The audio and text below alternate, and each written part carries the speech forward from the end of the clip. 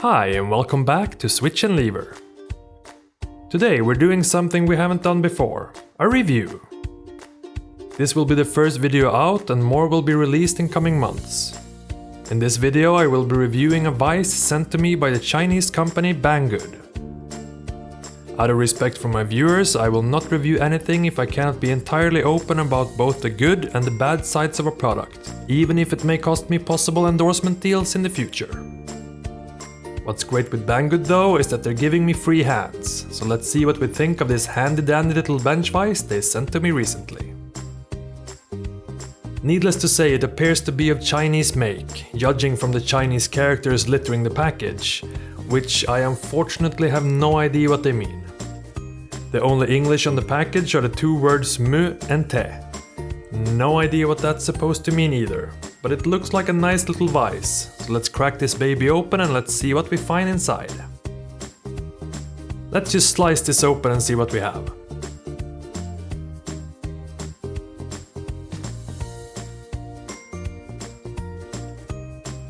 It's a simple enough vise. Turn the handle and the jaw's open. The vise itself is rather heavy, which tends to be a good sign as it gives some stability. It's a very stiff and nice build. Oh, wow, that's tough. That's hard to turn. I really wish this was SmellTube and not YouTube, because it does smell like some unnamed brand of weasel snot, as Tom Lipton would probably say. Whatever this was once lubed up with has unfortunately turned into gunk by now. The clamping screw moves easily enough and it has a nice little rubber bushing at the top to protect the table surface.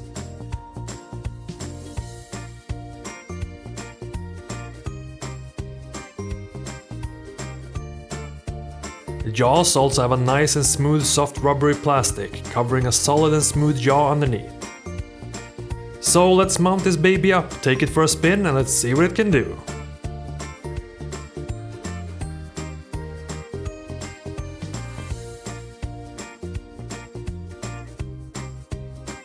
Right away we notice it has quite a few sharp burrs on the knob used for tightening the clamping screw. It actually caused a little bit of bloodshed, which was unexpected considering it's a part which will definitely be handled. The ball joint is still very stiff. It should lock in by tightening the ball joint screw, which would probably work better if I turn it the right way to begin with. Take two, let's see if it tightens up properly. The whole vise is a bit unstable and it's really not a pleasant experience to try to tighten the knob more. Putting enough torque on it to get it stable does not appear to be possible. It does come loose with just a little bit of coaxing. While this vise is surely not for heavy use, it's still somewhat worrisome that it comes loose from the table so easily. It could be easily improved by having a T-handle instead of a cast metal knob, with or without the sharp burrs. One part of the issue also seems to be the head on the tightening screw. Here you can see when we tighten the screw, the head turns with the screw. Since the top surface of the head is knurled, it will dig into the table surface, which in theory is a good idea for stability, but it will also resist the screw turning, which means it's hard to tighten it down properly. Compare this with how a swivel head on a glue clamp works, which allows the screw of the clamp to turn easily even when the pad of the head engages with the surface. So here you can actually see the really sharp burrs that managed to slice up my hand that I was speaking about before. It is really a bad feature on something which requires you to put quite some torque onto. I'm all for spilling a drop of blood here and there in the workshop, but not on things like these. Here you can also see the knurled surface of the head, which should give good grip, but as it turns when you turn the screw, it both mars the bottom surface of your table and prevents you from tightening the screw down properly. So let's see if we can free up this very stiff ball joint using a little bit of the magic use, WD-40.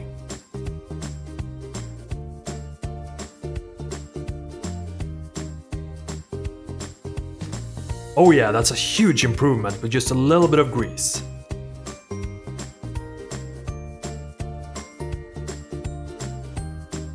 Tightening up the ball joint is not as solid as before though. It doesn't quite grip the ball as well as before, but it will most likely be more than enough for just a little bit of hobby work, like soldering. Speaking of soldering, let's see if it passes an actual work holding test. We have a small relay. Putting it in between the jaws, it feels easy to tighten down the jaws with enough finesse to know when it's held solidly, without feeling like you're crushing the part. So let's pre-tin a couple of leads. Still feeling solid. It certainly does the job when soldering, no complaints about the work holding or the feeling when soldering. What's nice is also that with the extra height of the vise, your parts get up higher, which makes it easier to see and to solder. However, the screw for the jaws could also benefit from some WD-40 as they're not really smooth either. It would probably be a good idea to give the entire vise a once-over with some oil. In conclusion, would I recommend buying this vise? Well, that's kind of a complicated question. It is a pretty good vise for the cost. It's only $20 after all, but it is not a very good vise. That's the problem. However, considering that a proper Pana Vise 301, which would be somewhat equivalent, is 3 times the price, it really comes down to what you get for your money.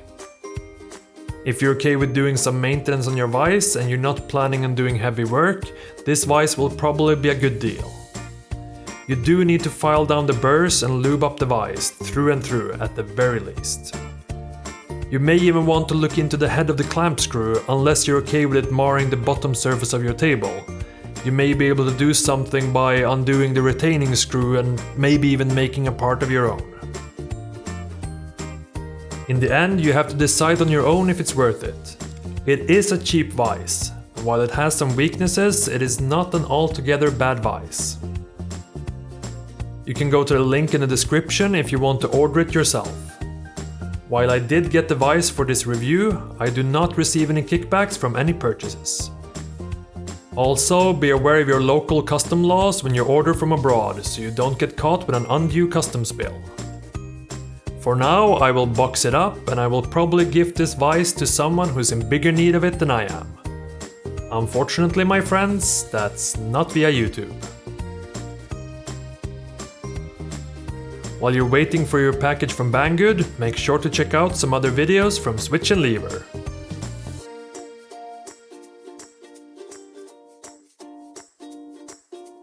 And as always, follow me on Instagram for all the stuff you don't end up seeing on YouTube.